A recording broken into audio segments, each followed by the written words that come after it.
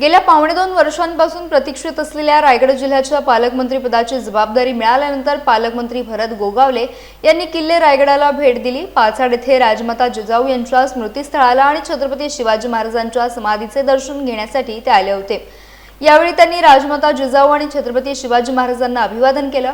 पालकमंत्रीपदाची जबाबदारी मिळाल्यानंतर रायगडच्या ऐतिहासिक भूमीवर आलेल्या भरत गोगावले यांच्याशी आमचे प्रतिनिधी उदय सावंत यांनी बातचीत केली। यावेळी रायगड जिल्ह्याच्या विकासासह विविध विषयांवर त्यांच्याशी संवाद साधण्यात आला।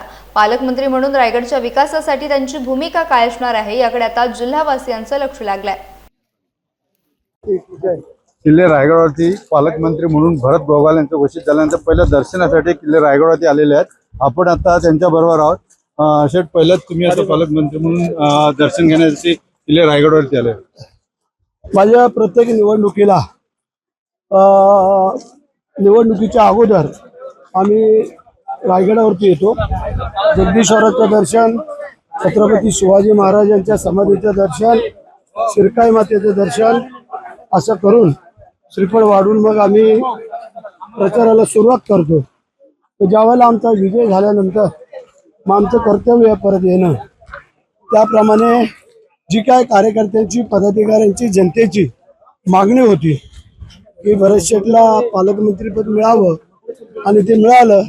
ते मिळाल्यामुळे आम्ही ठरवलं सगळ्यांनी की आपण पहिलं रायगडावरती यावं, जगदीश्वराचं दर्शन घ्यावं, शिवाजी महाराजांच्या समाधीचं दर्शन घ्यावं, शिरकाई मातेचं दर्शन आणि मग जिजाऊ मातेचं दर्शन, असा आमचा कार्यक्रम। पालकमंत्री पद मिळालं, पण खरं श्रेय कोणाला द्याल तुम्ही? आता खरं श्रेय जर आपण पाहायला गेलो तर एकनाथ शिंदे साहेब, की ज्यांनी पावणे 2 वर्षापूर्वी आमच्यासाठी मुख्यमंत्र्यांना सांगून हे पद थांबवलं होतं आणि आज त्यांनीच पाठपुरावा करून मुख्यमंत्र्यांना सांगून हे पद परत भरत शेठला मिळवून दिलं। त्याबद्दल पहिलं श्रेय एकनाथ शिंदे साहेब। एकंदरीत विकास करायचं ठरवतो। पहिलंच काम कोणतं अगदी तुमच्या मनात आहे?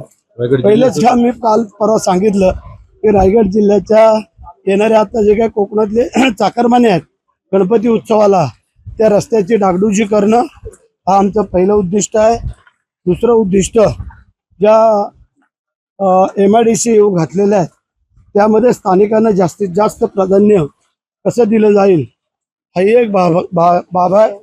आणि मग आमची जी आत्ता मी रायगडला आलेलो आहे त्या रायगडच्या पायथ्याला जिजाऊ मातेच्या समाधीच्या बाजूला शिवसृष्टी होणं अपेक्षित आहे। रायगड जिल्ह्यात 73 नवीन 5480 कोटी रुपयांचे करार झाले आहेत। या गुंतवणुकीमुळे 4400 पेक्षा नवे रोजगार निर्माण होणार असल्याची माहिती पालकमंत्री भरत गोगावले यांनी दिली आहे। पाहूयात। 480 कोटीचे MOU झालेले आहेत आणि जवळजवळ जर व्यवस्थित ते सगळे पार पाडलं तर जवळजवळ 4000 लोकांना नोकऱ्या उपलब्ध होऊ शकतात। आणि चांगली बाब आहे, जास्तीत जास्त रायगडमध्ये उद्योगपती येऊ घातलेले आहेत, त्यांची येण्याची संकल्पना आहे। कारण पोर्ट जवळ आहे, विमानतळ जवळ आहे, मुंबई जवळ आहे, सगळी शहरं जवळ आहेत आणि आता हवे झालेलं आहे। या सगळ्या बाबतीमध्ये रायगडला प्राधान्य उद्योगपतींनी जास्त